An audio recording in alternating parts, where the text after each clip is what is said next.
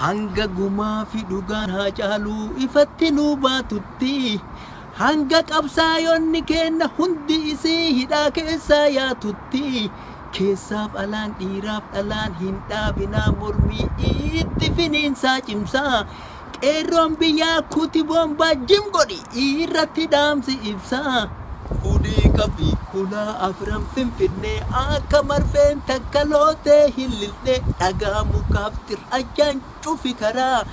naftanyaasi ufi boonse karaa torbaan tokkoof adabii laali baraan akka isin itti hooggatu duwidaaf garaa. No asgadu babiyajo.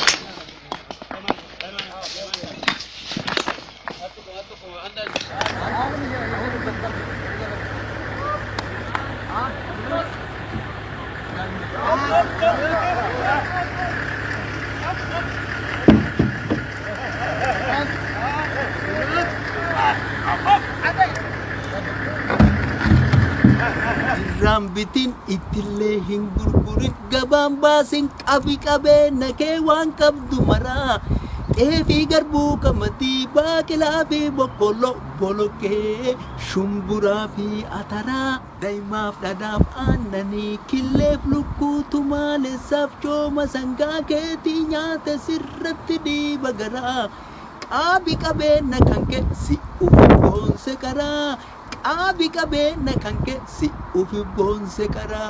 gaafa qabeenya kan kee qabde booddee si baraa gaafa qabeenya kan kee qabde booddee si baraa.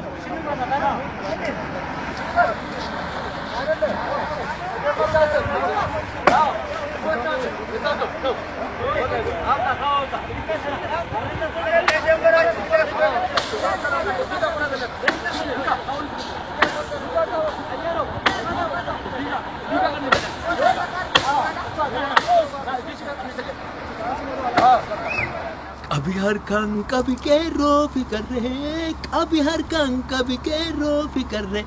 qabaa gadaa fi qabii akka gaafa mangistu si harkaa akkan tarree qabaa gadaa fi qabii akka gaafa mangistu si harkaa akkan tarree qarree gubbaa dhaabbata kufuu fi qarree sodaa lubbuu dhaadata irratti barree.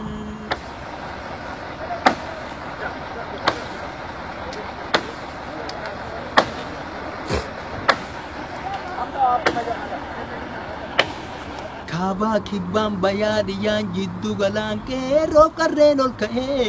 sabni Oromoo keessaaf alaa wal ta'ee dhufe qeerroon si marse araat kiiloo nu bayee yaa abiyyoot kaasayee eessa abbaa keetii lixxaa hamma yoomii nu fakkaattee nu fixxaa eessa abbaa keetii lixxaa hamma yoomii nu fakkaattee nu fixxaa.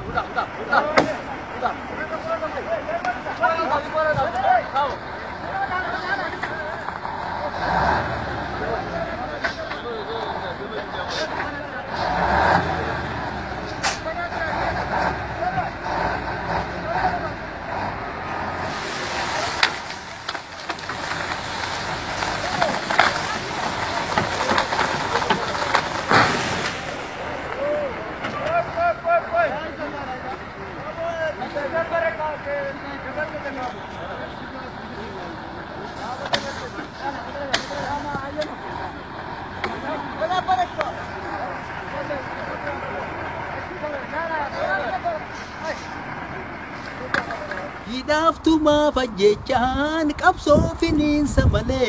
taakkuu takka waa duubatti hin deebisu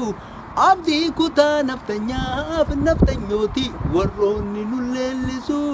abdii kutaa naftanyaaf naftanyooti warroonni nu leellisu.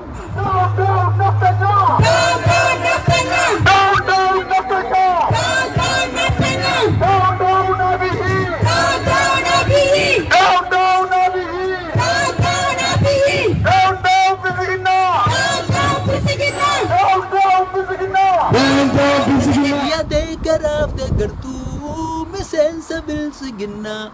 guurii gurraa guuradhaa dhugaa walitti himnaa namarraa jibban qabnu sabarraa jibban qabnu gabroonfataaf sirna gabroonfataa baachuudha dinnaa gabroonfataaf sirna gabroonfataa kaleessa kufee ofiirra deebisanii mata baachuun salphina dafaa jalaa dachaa bilsiginaan kaata seenee rakkina dafaa jalaa dachaa bilsiginaan kaata seenee rakkina